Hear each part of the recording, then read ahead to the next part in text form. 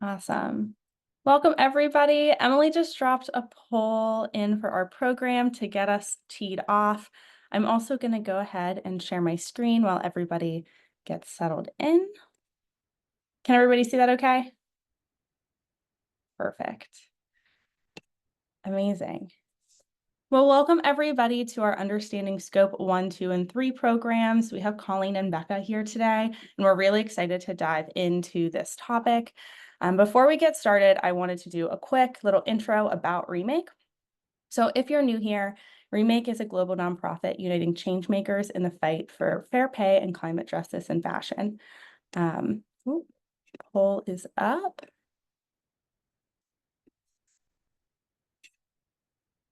Sorry, guys, polls are popping up on my screen there. There we go. And here's just a little bit more about what we do.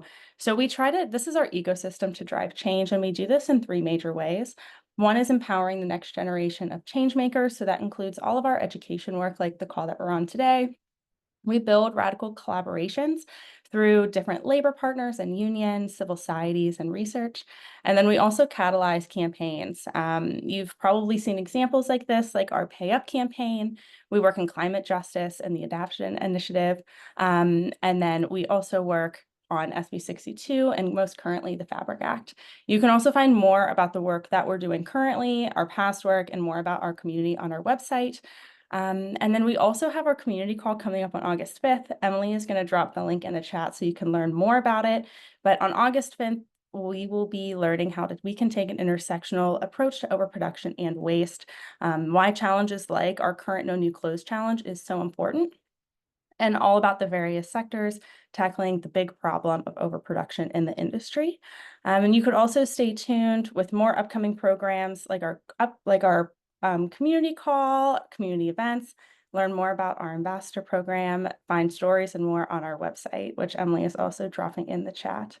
Throughout the call today, we're going to be doing this presentation style. So we're going to be collecting questions as you have them in the chat, and we're going to be answering them at the end. So if you do have questions, feel free to drop them in the chat. We'll collect them and then we'll get to them at the end of the call. So I'm going to hand it on over to Becca to get us started. Thank you, Allison, and thank you everyone for being here today. We're very excited to be finally putting on this piece of programming for you all. So my name is Becca Coughlan. I'm one of the senior advocacy managers here at Remake. And in addition to supporting our policy work at both the state and federal levels, I oversee a lot of the brand accountability, assessment, reporting, and engagement work that we are zooming in on here today. So quickly, for those of you who may be new to Remake, our annual accountability report tracks the progress of some of the most influential fashion companies in the world by measuring them against our own set of intersectional metrics that were created to de-silo the environmental and social sides of sustainability. Last year, we assessed 52 fashion brands, all of which earn at least $100 million in annual revenue.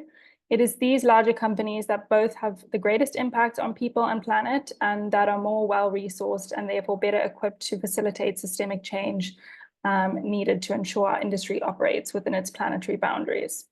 So companies are scored out of 150 total points for metrics spread across 6 key categories: traceability, wages and well-being, commercial practices, raw materials, environmental justice, and governance. We score and research companies only based on information that's in the public domain. This is to encourage brands to increase transparency and traceability, and so that we can both celebrate progress when they are meeting their various targets and to hold their feet to the fire when they renege on their goals. Of course, one of the areas we assess is companies' progress towards reducing their negative environmental impacts, and within that, their greenhouse gas emissions. As Colleen is going to explain for us today, addressing emissions is foundational to companies' broader climate strategies. But beyond simply looking at whether or not companies are measuring and disclosing their overall emissions and setting and progressing towards meeting their emissions reduction goals, Remake's criteria looks holistically at how companies are taking responsibility for supporting their decarbonization transitions. This means assessing the degree to which fashion brands' broader business models and commercial practices are actually either enhancing or conversely undermining their ability to meet the climate targets they have set for themselves.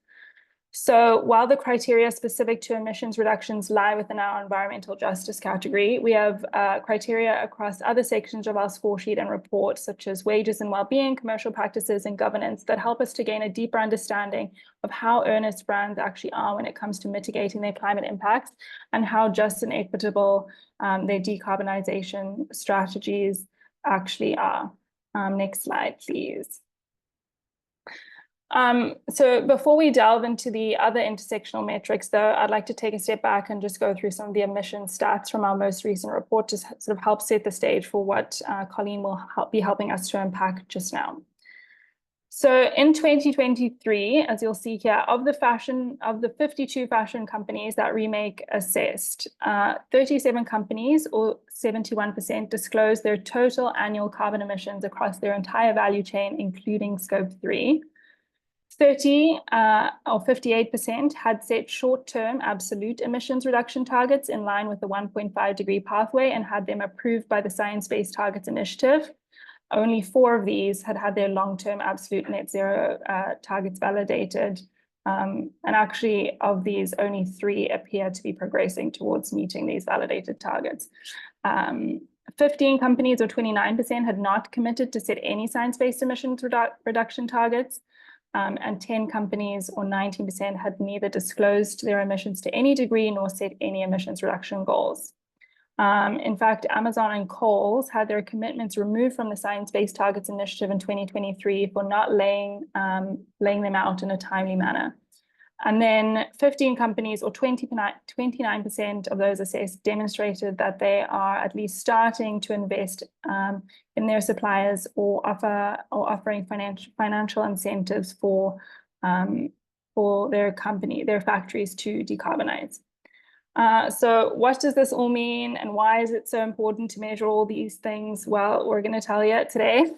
So without further ado, I'm going to pass it on to the lovely Colleen. Amazing. Thank you, Becca and Allison. As Becca just mentioned, my name is Colleen Cochran. I am a senior sustainability consultant at Agendi. Agendi is a sustainability consultancy that supports organizations across all industries in developing and achieving their sustainability strategies. So I help organizations in education like this and capacity building, as well as environmental assessments and carbon accounting to aid in organizations actually understanding their own impact. And from there, we advise on strategic planning and action to minimize these impacts through decarbonization efforts like target setting and net zero strategies. And lastly, I support organizations in reporting, transparency, and communication, often aligning with a lot of the frameworks that you can see on the lower screen here. So because I work with companies every day on corporate responsibility, my goal in joining here today is to help unpack and demystify the importance of greenhouse gas emissions reporting, as well as target setting in the fashion industry, topics which are heavily explored in Remake's Fashion Accountability Report. And outside of my role at Agendi, I also have had the pleasure of working with Remake for the past few years as a community organizer based in New York City. So I could not be more thrilled to be on this webinar today, combining my 2 biggest passions, fashion and climate. And so we can go to the next slide and dive right into it. So I'll start off by explaining why is it so important that we talk about the intersection of fashion and climate. I think that it's maybe a connection that a lot of people don't make always, but that's what we have Remake for. So the fashion industry is actually estimated to account for 4 to 8% of global greenhouse gas emissions. I always say that I think that it's probably more than that, but we're just starting to get more data on that. We hear greenhouse gas emissions a lot when we talk about climate change, but what actually are greenhouse gas emissions? So human activities such as transportation, heating, cooling, electricity production, they all involve the use of energy, and they contribute to the release of additional greenhouse gas emissions or GHG emissions. So greenhouse gas emissions, they trap heat in the Earth's atmosphere, which contributes to warming our climate. So that is why we talk about curbing greenhouse gas emissions when we talk about combating climate change. Often though, when we talk about climate change, there's a real focus in our language around carbon, from carbon accounting to carbon footprint, but there are actually many other types of greenhouse gases that contribute to climate change, such as methane, or sometimes seen as CH4 or nitrous oxide, and 2O. Throughout climate disclosures and Remake's accountability report, you might have seen emissions reported as CO2e, which stands for carbon equivalents. So the way that we communicate this is because CO2 is actually the most emitted greenhouse gas and lasts the longest in our atmosphere, up to over 100 years. So we communicate all of these greenhouse gas emissions as carbon equivalents. The way that we do this is we use a thing called GWP, a global warming potential. Essentially, all that does is it helps to translate other greenhouse gases to an amount that's equivalent to carbon dioxide. I know that these details are a little technical, but the main takeaway here is that an organization's carbon footprint is more than just carbon, and we measure greenhouse gas emissions because they contribute to warming our climate. And we can go to the next slide. So why is measuring our greenhouse gas emissions important? Why is climate disclosure important? When a fashion corporation or other organizations calculate its footprint, it enables them to measure, reduce, and report their emissions. It is therefore what we view as a really foundational step to any sustainability initiatives, and it feeds into many more actions that we're looking for companies to do from there. So first of which is reporting and disclosure and customer requests. So as you see the Remake accountability report, they're looking to see if companies are disclosing their emissions. Many other frameworks are looking for that as well. Customers are often also asking companies to understand what their emissions are. So by calculating your emissions, you're able to respond to these reporting and disclosures and help people better understand your impact. A carbon footprint also helps to feed into target setting and reduction, which is something that we'll talk a lot about today, because you can't make a meaningful reduction if you don't know where you're starting from. Also, so understanding your emissions can feed into scenario analysis and climate risk analysis. That's something that a lot of companies are focusing on now, as understanding their emissions can help them understand what potential risks of climate change they might be exposed to. And lastly, conducting a greenhouse gas inventory can be quite a bit of work, as we'll go into on the next slide, it encompasses a lot. So a company really needs to understand their value chain to understand their carbon emissions. So this enables them to understand their suppliers and engage with them and lead to more transparency as they're understanding their entire value chain. So this is just some of the few reasons as to why emissions disclosure is one of the environmental parameters that Remake looks into. Becca quoted before that 70% of companies disclose their emissions, which is a positive trend as it enables organizations to understand their own impact, and publicly reporting those emissions allows us to understand it as well. Okay, so now onto this slide. Now that we've hopefully understood the CO2e jargon, another term that we probably see a lot in emissions reporting are emission scopes. So what do these different scopes mean? An organization's full greenhouse gas inventory, or again, carbon footprint, as we sometimes call it, comprises of all emissions generated due to their business activities, looking at both their operations and their value chain. And the way that we often talk about this is breaking it down into scope 1, 2, and 3. So to start with scope 1 emissions, those are generated from a business's directly controlled or owned operations. So for a fashion company, this could look like emissions originating from HVAC systems or natural gas usage in their own stores and executive offices, or if from fuels, if they have an internal fleet or own delivery trucks. And then scope 2 also includes indirect emissions for directly controlled or owned or operated sources from a company. So typically this looks like purchased electricity that might be used to, again, power some corporate headquarters, or if they own any retail stores. Then on to the biggest piece that I think is often requires the most demystifying, and that we have started talking so much about in the past few years, which is scope 3 emissions, which are indirect value chain emissions. So I think I've both Becca and I have mentioned value chain a few times here. And so what we're talking about here is the scope 3 emissions, the entire value chain of a company. So this graphic on the left here is from the Greenhouse Gas Protocol, which is sort of the Bible of carbon accounting. In the Greenhouse Gas Protocol breaks down scope 3 emissions into 15 different categories divided by both upstream and downstream activities. So when understanding upstream and downstream activities, we could think about, particularly for a fashion company, let's say they're producing a pair of shoes. So our upstream activities would be things that are happening before that shoe is actually being sold to a customer. So that includes purchased goods and services, their suppliers, any type of waste that's generated in that production and in their operations, the business travel and employee commuting of their employees that are working to make those products and operate that business. And then for downstream activities, that is what is occurring after that shoe has left Nike. So that would be the downstream transportation distribution. So the emissions that are associated with getting that product to you, to the end consumer, the use of those sold products and how they end up. And if an organization has any large franchises or investments, that's all being captured in downstream.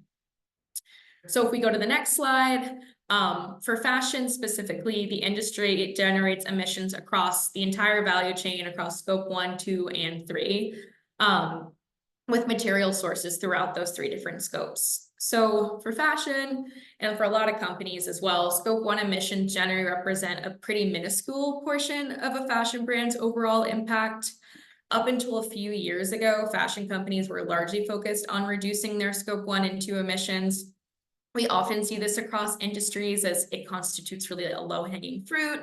And there's also kind of this consensus of tidying up your own home or working on, again, operations that you can directly control first before tackling scope 3. But, and because scope 3 emissions are indirect, companies can often feel daunted by calculating emissions outside of sources that they have direct control over. Despite all of this, we've been focusing a lot on scope 3, and especially in fashion, because scope 3 makes up the majority of most companies' footprints. Particularly for fashion, we've seen that it makes up about 96% of their total emissions. And then if we go to the next slide, we can talk about within that 96%, where are we seeing most of those emissions coming from, particularly in fashion? So I have highlighted here first the purchased goods and services. So that makes up the majority of scope 3 emissions for most fashion companies. For example, Nike, in their most recent report and all of their previous reports, they have had their purchased goods and services at over 85% of their total scope 3 emissions. So it's really where most of the emissions are coming from for most fashion companies. To kind of break down further, what does purchased goods and services mean? They result from all of the value chain activities that go into making that finished product. So that finished t-shirt or pair of shoes. And that's from the raw materials to fabric development to product manufacturing. This category can also be thought of as supplier emissions. Especially in fashion, we often think about tier 1, 2, 3, 4 suppliers. So if you've ever heard that, it's being encompassed in this bucket here. An important thing to note is that the purchased goods and services emissions of brand and retailers, again, looks like something like Nike, are coming from their upstream suppliers. So it's their upstream suppliers' scope 1 and 2 emissions. So for example, the electricity required to spin fiber into yarn results in purchased goods and services emissions of a brand, and the scope 2 emissions of the company spinning the yarn. An important concept when it comes to carbon accounting is thinking about the fact that every company's scope 3 is another company's scope 1 and 2. So for example, like a UPS company, their scope 1 and 2 on their own trucks is coming in, and maybe a fashion company's scope 3. And the reason that this is so important, and Becca will talk more about this at the end, is collaboration and supplier engagement can really be key tools of decarbonization. So again, largely we're seeing it in terms of supplier emissions, but 2 other really big sources of emissions for fashion companies happen downstream. The first of which of use of sold products. I think this is something that I don't even think about a lot, and probably a lot of other people don't think about a lot either, but it's the consumer use. So a lot of energy is actually going into using our clothes, from washing, drying, and dry cleaning. That's all creating emissions. And then lastly is end of life. As many of us probably do know, fashion has a big waste problem, especially with the rise of fast fashion and micro trends. Clothes are not only being produced at an unprecedented rate, but are also being disposed of at an unprecedented rate. Those emissions are captured in the end of life category. So this encompasses reuse, recycling, and landfill of clothes and shoes, but landfilling clothes produces the most emissions. And unfortunately, even though when we donate our clothes, we are seeing a majority of those ending up in the landfill. So that's why this is such a large category of emissions for fashion brands as well. So hopefully we have a better grasp now of where fashion emissions are coming from. I think we might have said this in the beginning, but we will have time for Q&A at the end. But now that we have identified that the fashion industry is contributing a lot of emissions, therefore a next important step is setting emission reduction targets to lower their footprint.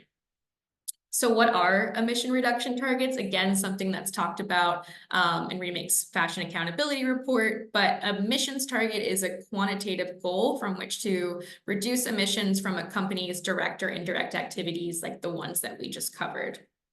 So in order for an emission reduction target to be a quantifiable progress tracker, it needs a few different elements. The first of which is a base year. So this is the year from which progress is being compared to, could be 2019. So those initial emissions that you've measured, you're aiming to reduce it from there. And then usually you'll have a target year. So when do you want to meet this target by? Could be 2035, could be 2050. We think about targets that are within 5 to 10 years as near-term targets, and targets that are 10 years plus as long-term targets. The next point is the scope of inclusion. So what emissions are we trying to reduce? Are we looking specifically at those end-of-life emissions? Or are we looking at scope 1 and 2 emissions? And then next is the target type. So this is how the target will be measured. There's a few different ways that targets can be measured, which we'll get into in subsequent slides. And then lastly is the ambition level, which is essentially the degree of aspiration for the emission reduction, which may be in line with existing climate science. So how much are we aiming to reduce these emissions from that initial base year to our target year?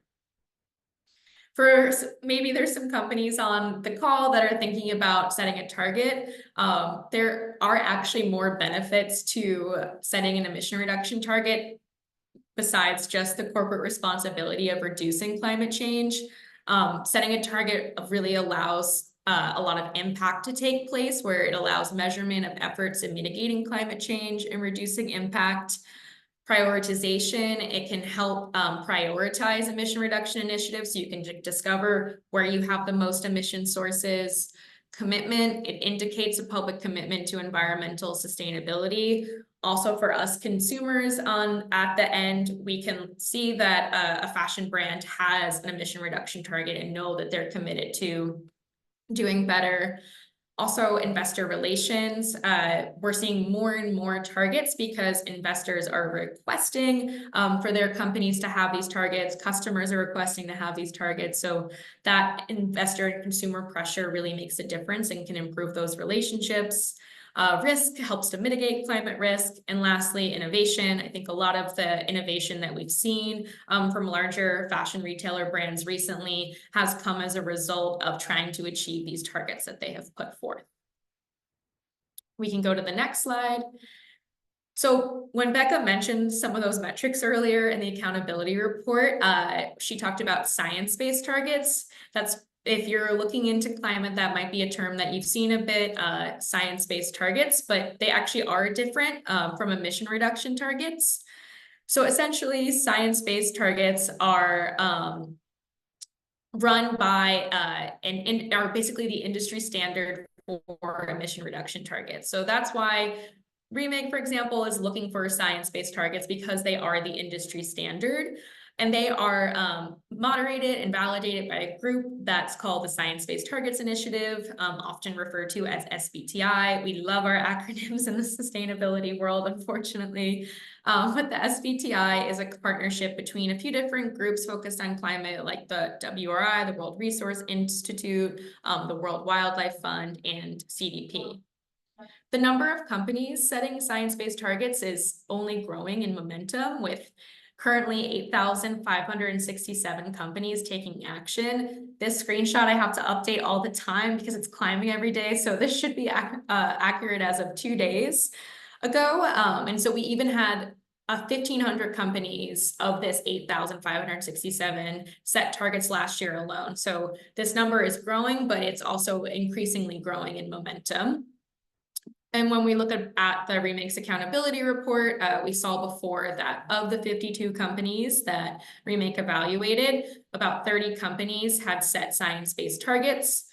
And then if we zoom out beyond Remake's report, within the overall textiles, apparel, footwear, and luxury goods sectors, 533 companies have set or committed to set science-based targets, which makes up about 6% of the current companies that are on the SBTI platform. So we're making some progress, but certainly need some more. And then we can go to the next slide. Awesome. So many of you may have seen these targets, like the one that's listed at the bottom of the screen. But what do these different elements mean in a target? How do you read a target? So I'm going to attempt to break that down now. So again, as I just covered in a couple slides ago, there are 5 criteria that are needed for an emission reduction targets, and all of these decision points can actually be seen in this phrase below. So if we pop to the next slide, perfect. So first of which we can see the target type. So again, that's how the target will be measured. We'll get into this momentarily, but here we can see it's an absolute target. And then next we'll see scope 1 and 2. So that's the scope of inclusion. Again, what emissions this company is actually trying to reduce with this target. And then next, we see 68.9%, which is actually reflective of the ambition level. So I think sometimes we see these numbers across different companies and think that they could be arbitrary, but the Science-Based Targets Initiative actually has a methodology that is helping companies to figure out the amount of emissions that's required to align with climate science and keep us below 1.5 degree warming. Why 1.5 degree warming? That's what scientists currently believe will help to limit the worst effects of climate change. So again, when a company is setting a science-based target, they're doing so to try to mitigate what current science says will contribute to the worst effects of climate change. And then if we go to the next point, it's the target year. So again, the year that this target has to be met by. And then lastly, we see 2019, that's the year that they're initially measuring it from. And then if we go to the next slide, promise to have a little bit more details on these different target types. So first of which we saw in the previous slide is an absolute target. So there are 3 target types that can change how progress of emission reductions is measured and ultimately achieved. This first target type, an absolute target, is the most ambitious target option and is often the easiest to communicate. So basically, an absolute target requires you to reduce your greenhouse gas emissions by a set amount, irrespective of how your company grows. So regardless of change in the product output or financial growth, producing more clothes or growing as a company, the company needs to reduce their emissions absolutely from that initial base year. Then if we click next, the next target type we'll see is an intensity target. This one's a little bit more tricky to communicate, but intensity targets can be either physical or economic. So if we think about a physical target, that would be per a physical unit. So again, I'll use the shoe example. A company could aim to reduce their overall emissions relative to the amount of shoes that they're making. So essentially what they're doing there is they're trying to make their overall emissions less per shoe. So they might be focusing maybe more on the materials and things to make the carbon associated with that shoe less. And then an economic intensity target would be looking at a unit of value added, so maybe revenue. So a company might pick an economic intensity target because they're still anticipating growing. And basically in an intensity target, they would be able to meet that because they have less emissions relative to the amount of revenue that they're producing in that target year. So what that actually means, though, is that a company could meet an intensity target while still having more absolute emissions in their base year. But because the company is bigger or producing more output, they're still meeting that target. So you'll see, and Becca will talk a little bit more about this, that Remake focuses a lot on absolute targets, because likely for a fashion company to meet an absolute target, they probably have to reduce the total amount of clothes that they are producing to meet those absolute reductions. And then our last target type on the screen is an engagement target. So as we've heard and talked about, most of the emissions coming from fashion, and really for a lot of industries, is from their suppliers. So the Science Based Targets Initiative enables companies to set a target where they're essentially requiring a set amount of their suppliers to set their own science-based targets. And the idea is that that would have cascading effects throughout the value chain of emission reductions. That pretty much marks the end of the content that I have for you, and hopefully we've demystified some of the greenhouse gas emissions and science-based targets. But again, we'll have time for Q&A at the end, and I'm happy to answer any other questions via email. But as was emphasized on this last slide, there are multiple ways to measure progress against targets and many ways to achieve them. There are many different paths to decarbonization, and I'm going to pass things now over to Becca to talk about different ways for decarbonization in the fashion industry and what Remake views as a just and equitable transition to achieve these emission reduction targets. So thank you so much, and I'll pass it over to you, Becca. Thank you so much, Colleen. That was a fantastic and comprehensive breakdown of what GHG emissions are and why it's important to measure, report, and reduce them. There was a lot of information there, and I can't wait to see and hear about what everyone's learned today, as well as to hear what questions you might have. But before we get to the Q&A portion of our programming, I wanted to return to what I touched on earlier around what other metrics we measure that relate to the actual implementation and just and equitable achievement of companies' emissions reduction targets, because it wouldn't be a Remake webinar if we didn't talk about social justice too. I'll start by jumping off of what Colleen said about Remake's focus on absolute emissions reduction targets. Why do we as an organization only award points to a company if they have set absolute emissions reduction targets?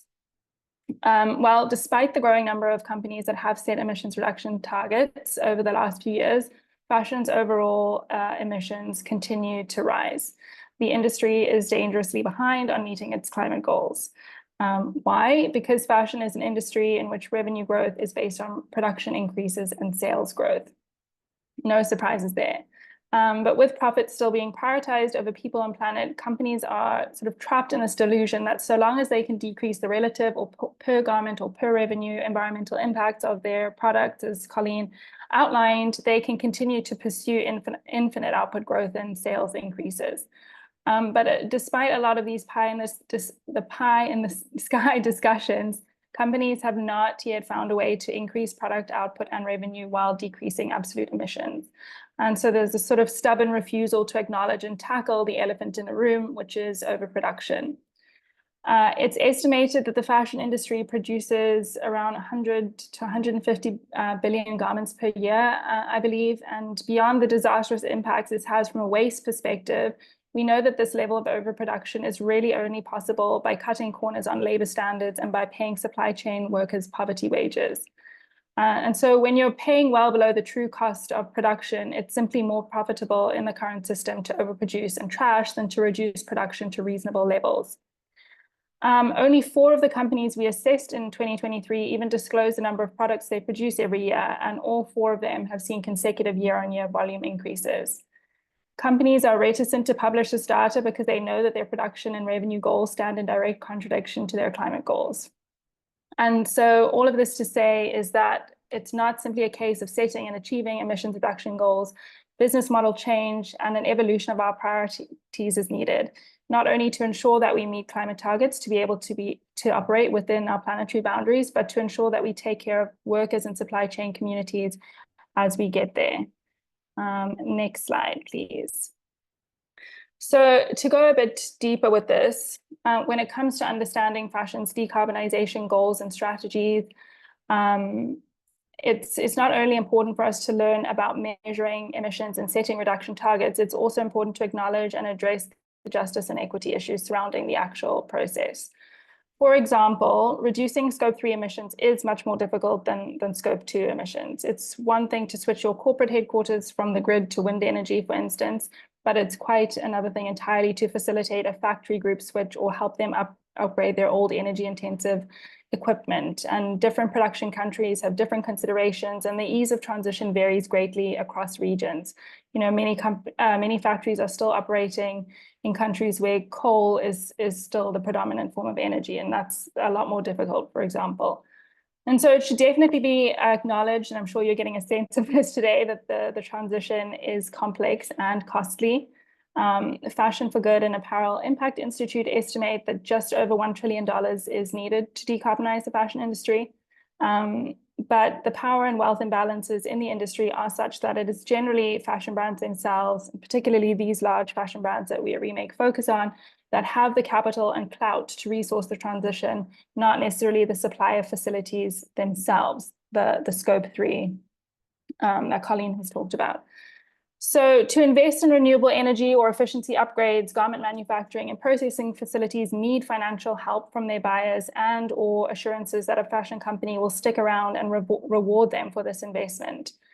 But as mentioned earlier, only 15 out of the 52 companies we assessed last year sufficiently demonstrated that they are even starting to invest in or financially incentivize some decarbonization projects in their supply chains, though they're not giving too much away about how much. Many companies point to their work with the Apparel Impact Institute or International Finance Corporation or the WWF, for example. But given the continued overall lack of transparency and sort of top-down approaches, these partnerships and programs inevitably are at risk of perpetuating some of the same colonial power dynamics, whereby actors in the global north are dictating to suppliers in the global south. And so what is needed is more evidence of true partnership with suppliers who understand the local country context and manufacturing realities. And what's more, these are mostly currently pilot projects, and they're just not scaling at the speed we need to address the climate crisis. And so what the fashion industry needs is significant investment in decarbonization that is tailored to the unique needs of each country and each factory. And for a true partnership between fashion companies and suppliers, workers should also be at the table helping to guide the co-creation of strategies to reduce emissions. Workers and suppliers are crucial partners in the clean energy transition and need to be supported through and insulated from the effects of climate change. And so again, to ensure just and equitable transition to a more sustainable fashion industry, in addition to understanding and asking for transparency about what emissions reduction goals companies have in place, we need to understand and get curious about how they are implementing them. Next slide. So much of this how that I keep referring to is really to do with a company's commercial practices. A company's commercial practices is how it relates to its factories and other suppliers with respect to contracting, pricing, placing and changing orders, addressing conflicts that arise, and terminating relationships. Commercial decisions made at the brand level have a domino effect throughout the supply chain and can make or break suppliers' ability to guarantee or support social and environmental sustainability. And so essentially, we also need to be asking companies, do your purchasing practices actually ensure your suppliers' ability to move forward on their own emissions reduction? This sort of gets to the nuts and bolts of the financial assistance and incentivization that we're asking companies to provide their suppliers so that they can decarbonize. And so we ask questions like, are companies making public capacity commitments to all their tier 1 suppliers so that factories know that they have a steady stream of business and so that they are willing then to make investments? Are companies publicly committing to set prices high enough to cover investments in sustainability, safety, and other compliance demands at the supplier level? We know that brands continue to push down on prices And that's having, again, the opposite effect of their climate goals. Are companies publicly committing to put down at least, for example, 30% upfront investment in orders to even out the risk between buyers, suppliers, and garment makers? This is similar to the public capacity commitment, ensuring that factories have the capital to actually invest in decarbonization. And then are companies publicly committing to never asking suppliers for discounts on orders? This is also something that's a common practice in fashion. But again, if you're constantly squeezing suppliers, how on earth are they supposed to actually make this transition? And so we bang on a lot about commercial practices here at Remake, but for good reason. We promise we can't achieve a more just and equitable fashion industry without good practices first being enshrined in contracts. And yeah, I'm going to stop there. I know that this has all been a lot between the technical information and the justice considerations. And so Colleen and I both welcome any further or clarifying questions. Thank you so much, everyone, for your time today. Thank you so much, Becca and Colleen. I saw we did have a few questions in the chat. One being, and let me pull up my notes real quick because we've been saving them. One question is, what tools can we access to calculate emissions for a brand as a consultant? Colleen, if you would like to take this one. Sure. Yes, this is a question I get a lot whenever sharing webinars like this or trying to get companies to disclose their emissions is really how. I mentioned a resource earlier, which is the Greenhouse Gas Protocol. Again, I refer to that as kind of the Bible of corporate carbon accounting, but all of their guidances and resources are online and they're free. And actually a lot of companies do, especially smaller companies, calculate their emissions even without a consultant like myself. Of course, having those resources helps, but something that we encourage small companies to do, or companies that are just getting started out with, is using techniques that really focus on their spend data, because you can turn spend data into emissions, so that can help things seem a little bit less daunting. There's information on the Greenhouse Gas Protocol. I can drop that in the chat too, to help you do that as well. And I think also as well, a really important takeaway is for greenhouse gas inventories is that it's really an iterative process. So I know the Remake team has certainly seen, as they're doing the accountability report, we'll see more companies disclosing their emissions, or maybe they're only measuring some of their emissions initially, but the idea is that you'll get better and better at disclosing your emissions, and that's totally okay. That's the point. Every company faces that because you'll do it your first time, realize you don't have the data that you need, and then be able to improve on it over year over year. So again, progress, not perfection, is certainly really important in the sustainability world. But yeah, I know my email will be up at the end, but I'm happy to follow up with any more resources. Thank you, Colleen. Another question at the chat that I think you guys could both chime in on. Sam says, I found that most fashion companies that do disclose are only reporting their scope 1, 2, and 3 emissions on their tier 1 and 2 suppliers, so not including raw material production. Does Remake expect all tier suppliers to be disclosed, or would reducing tier 1 and 2 suppliers' emissions by proxy include tier 3 and 4 suppliers in the way that Colleen mentioned that emissions can get double counted? And I'll drop this question in the chat as well.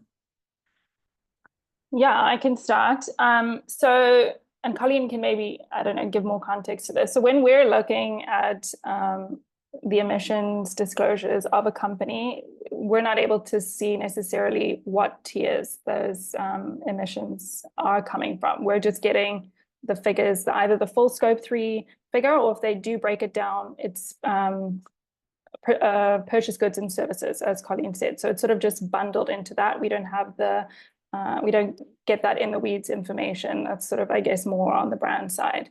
And so ideally, and I guess Colleen spoke to this, as companies iterate this process, there are benefits when it comes to traceability as well as emissions reduction. And so as companies become more familiar with their supply chains, these emissions figures that they are presenting to us become more and more accurate over time. Mm-hmm.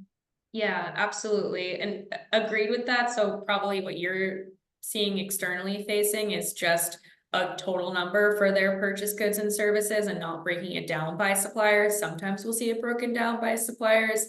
But even as someone who's doing those calculations and getting that supplier data, often, especially companies like fashion companies, have so many suppliers. So again, especially with that iterative process that both Becca and I just spoke to, a lot of times they're focusing on their tier 1 and 2 suppliers first.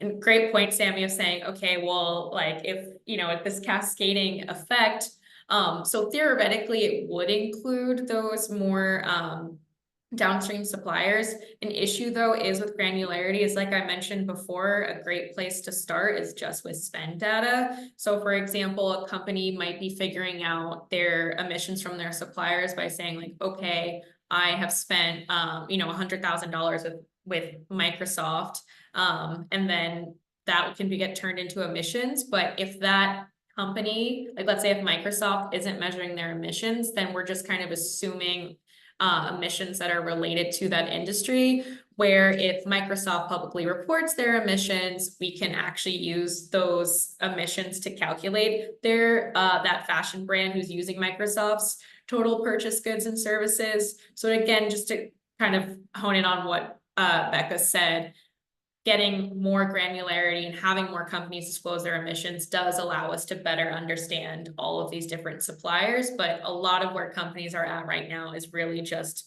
at those tier 1 and 2 suppliers and probably just looking at their spend. So we might not even understand their direct emissions. And as a follow-up question too from Sammy, thinking about legislation, like we're currently working with as Remake on the Fabric Act, how can we ensure that these suppliers or these worker voices are included in legislation that we want to advocate for? That is a great question. I think, as we can all probably see, fashion is increasingly being regulated, and lawmakers are increasingly looking at asking companies to disclose and set emissions reduction targets and then also meet them. And that is absolutely fantastic. I think, again, and speaking again to my portion of the presentation, important to also ensure that those same pieces of legislation, we're asking that worker voices are at the table when such legislation is being drafted, that there are these environmental justice considerations. If you're going to penalize a company for not meeting its emissions reduction goals and then fine that company, is there a way that you can possibly use that fine money to actually invest in the supply chain so that that company's suppliers can actually decarbonize and sort of receive some of that investment? So sort of trickling back down into the supply chain. But great question. And I think just, considering those justice aspects, whether you're talking about climate or labor, in all pieces of legislation that we're proposing and fighting for. Thank you, Becca. Another question in the chat, Deb says, great content today. I completely agree. A while back, they learned some brands merely operate as a licensing entities and thus only recognize the amount of product they take physical ownership of, as their product for which they would have a GHG value. The product that they don't take ownership of may have a significant number of units and is often sent for debranding, in many cases landfill. How do you accurately capture GHG in cases like this? Yeah, that's a great question, and is an issue in the fashion industry as well as among other industries, is that companies are doing so much of licensing and outsourcing. And that's really why we have this emphasis around scope 3, is because that encompasses the activities that you're touching and impacting despite owning or operating them. So even though they're licensing those products and don't have direct control over those, their scope 3 would technically account for that. And again, like as we have more companies setting these targets and engaging with their suppliers, the idea is that we're hopefully getting an accurate picture overall of the emissions in the fashion industry. Amazing. And Bryce, I do see that you have your hand raised. I'll get to you in one moment, but before we get too far from the legislation question that I just asked Becca, I did want to ask a question from the chat. Becca, if you could talk a little bit more about some of the best practices for getting worker voices at the table, especially globally. Yeah, another great question. I think at the very least, I think asking, legislators, lawmakers, straight out, where there is a piece of legislation that's been introduced or thinking about being introduced, who was at the table when you drafted this legislation? Are the people, within the communities where these impacts that you're trying to address are, have they been consulted? And then if not, working with worker organizations, working with organizations like Remake, who may have direct connections with workers in different communities around the world, then to try and connect them with policymakers. But I think at the least just asking the question, and I think that also will help to normalize on the other side, when people are drafting legislation, to consider that this needs to be a co-creation, a joint effort, and just so that it becomes like sort of second nature to include these voices, just to ask who has been at the table when this piece of legislation was drafted, and who does it sort of stand to benefit? Does it legally entrench the status quo, which is that benefits the few at the top, or is it standing to sort of change the system somewhat and benefit the communities where the issues are that it's trying to address? I hope that makes sense. Great answer, Becca. Thank you. And I just want to note too that if anybody here is looking to have some of those deeper conversations and you're feeling nervous about them, or you're not really sure what questions you want to ask or how to word them, you could reach out to any of us on the Remake team anytime, and we're happy to help prep you for those conversations. And then Bryce, will hand it over to you. Thank you for your patience. Yeah, thank you very much. Just want to say, amazing presentation. I just absolutely love this vibe, actually. Honestly, this is so cool.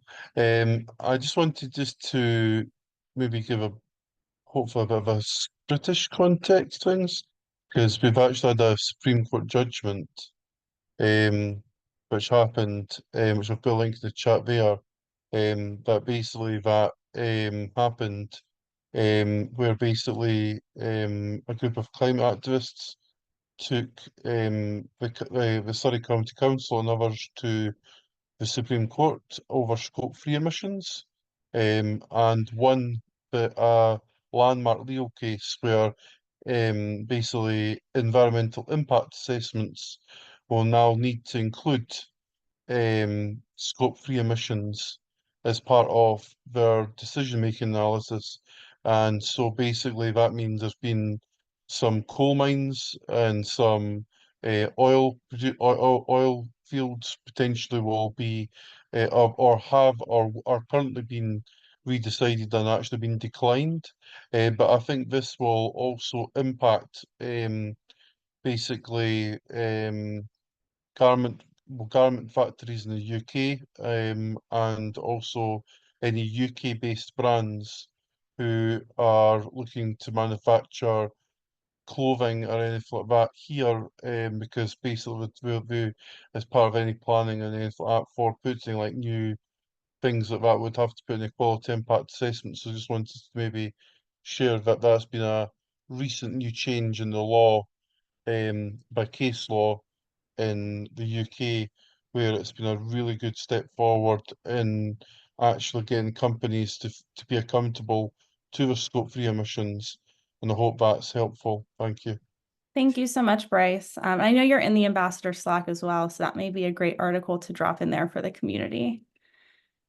So I know we only have about 5 minutes left. Emily just opened up another poll. I know we're getting really tech savvy over here on these calls. So please feel free to type in something that you learned on today's call. I know it'll be really helpful for us, especially as we put out more of this information into the community. We will also have this recording, the slides that you saw and the emails for Colleen and Becca that we'll be sending out in the Slack. We'll also be sending out an email to everybody who signed up on the ticket Taylor with all of that information, as well as some of the links that we dropped in the chat. So if you would like to read a little bit more about the things that we've talked about today. So much of our work at Remake is not only educating on these topics like on calls like these, but by putting them into action to make impactful changes in the fashion industry. I wanted to share one really great example. It's the current Lululemon Dress and Oil campaign produced by Stand Earth in partnership with Oxfam Canada and the Remake Canadian community. We will also have a story about this campaign on our website today, and then also have a social action kit going out on our social medias this week. So you can stay tuned there. But just a little background on the campaign. This past Monday, Stand Earth, Oxfam Canada, and our Remake Canadian community hosted an action just days before the Canadian competitors are set to don the Lululemon's apparel at the opening ceremony in Paris. Outside the Vancouver flagship store of Lululemon, they brought attention to the company's failure to align its values with Team Canada while outfitting the nation's finest athletes on the world's biggest stage. See some of the banners that they hung up. It was a very powerful action. Lululemon recently faced increased scrutiny over its products' sustainability and the welfare of workers, despite the public mantra being "Be human, be well, be planet." This is just a really great example because, like, to help the Remake Community Hub feel equipped to take part in this action, we were able to meet with the community as well as our coalition partners in Canada to unpack the findings on Lululemon from the Remake Accountability Report. So we're really proud of this example, and to show you all what results happen when our community deepens the understanding of these tools and puts them into action. So like I said, stay tuned for more on the Lulu campaign to see how you can propel it forward. And if there are any ways that you can take these tools and resources to take action in your community, we are happy to, help prep and talk to you about that anytime. And then lastly, if you enjoyed today's program, you can support Remake's free and educational program and resources by donating to a link dropped in the chat. As a third-party watchdog, these free resources are possible because of community support from people like you guys who join these calls. If you have any questions about how you can support Remake, fund our work, or get more involved in the work that we do every day, you can reach out to any of us anytime. So thank you all so much. We hope you enjoyed the program. Have a great day, everybody. And thank you, Becca. Thank you, Colleen. Bye. Thank you all. Thanks, everyone. Bye.